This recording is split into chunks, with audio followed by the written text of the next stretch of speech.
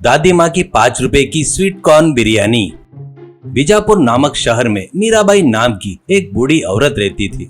मीराबाई के बेटे और बहू की मृत्यु हो जाने के कारण उसने अपने पोते चतुर को बचपन से ही लाड़ प्यार से पाला था। लेकिन चतुर कोई काम नहीं करता था। वह गांव में आवारा घूमता था और खुद को एक गुंडा बताता था। इतना घूमने के बावजूद भी चतुर मीराबाई को बहुत ही प्यारा था।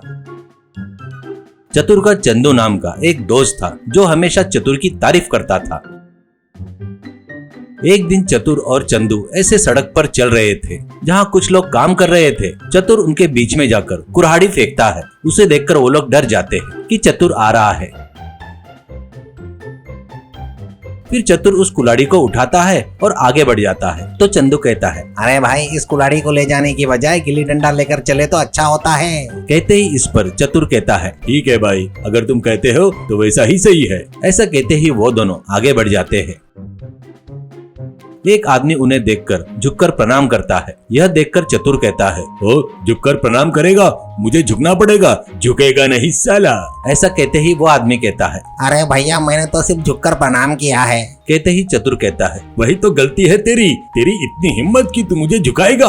अगर तू मुझे झुकाएगा तो मुझे झुकना पड़ेगा, यही तो प्लान है ना। ऐसा कहते ही चंदू कहता है, अरे भाई, वो तुम्हारी इंसल्ट करना चाहता है इसलिए ऐसे बोल रहा है। ऐसा कहते ही यह सुनकर चतुर गुस्से से आग बबूला हो जाता है और उस आदमी को पकड़कर खूब पीटता है। इस तरह वो दोनों चलते हुए घर पहुंचते हैं और बैठ जाते हैं। तब चतुर घर पर बैठकर मोबाइल में रील्स देख रहा होता है तो दादी माँ मीराबाई उसके पास आती है और वो कहती है, अरे कुछ काम वाम नहीं करता है, बस फोन देखते रहता है। जा मुंह धोकर आ, मैंने उपमा बनाया है, खा ले। ऐसा कहते ही चतुर कहता है, हमेशा उपमा ही क्यों बनाती हो? सुबह उपमा, दोपहर को दाल चावल, रात को सब्जी रोटी, इसके अलावा कुछ नहीं बना सकती क्या? अरे कम से कम आज तो अच्छा सा फास्ट फूड ऑर्डर करके खा लेता हूँ। ऐसा कहते ही इस पर दादी माँ कहती है, सब कुछ फोन पे ऑर्डर कर लेगा पर मेरे हाथ के खाने का स्वाद मिस कर देगा ना बेटा। ऐसा कहती है। चतुर हार मान जाता है और दादी माँ का बनाया हुआ उपमा खाता है। यह देखकर दादी माँ को बहुत खुशी होती है। एक दिन दादी माँ सब्जियां खरीदने बाजार जाती है। बाजार में वो अपनी जरूरतों की सब्जियां खरीद रही होती है। आगे बढ़ती हुई दादी माँ को एक लड़की के ठेले पर स्वीट कॉर्न बेचते हुए दिखती है। उस लड़की को देखकर दादी माँ पूछती है, बेटा स्वीट कॉर्न किलो का कितना भाव है? ऐसा कहते ही लड़की कहती है, अरे दादी माँ, ये किलो के हिसाब से नहीं बेचते, एक कप 5 रुपए का है दादी माँ। फिर दादी माँ कहती है, आधा किलो दे दे बेटा, बस हो जाएगा। वो आधा किलो स्वीट कॉर्न लेकर घर की ओर निकल पड़ती है।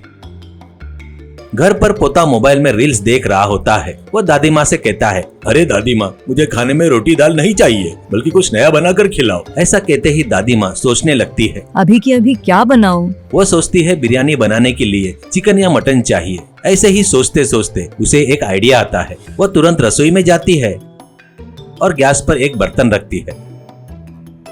कमरे से यह देखकर चतुर कहता है, दादी माँ, बिरयानी के लिए मसाले, प्याज, चिकन चाहिए, ऐसे बर्तन रखने से नहीं होगा। कहते ही दादी माँ कहती है, तुम चिंता मत करो बेटा, तुम यहीं बैठकर देखते रहो, खुशबूदार बिरयानी बनाकर खिलाऊंगी। कहती है और बिरयानी बनाना शुरू करती है। बिरयानी की खुशबू पूरे घर में फैल जाती है। चतुर पूछता है, क्या बना रही हो? इतनी अच्छी खुशबू आ रही है दादी माँ। दादी माँ मुस्कुराती रहती है।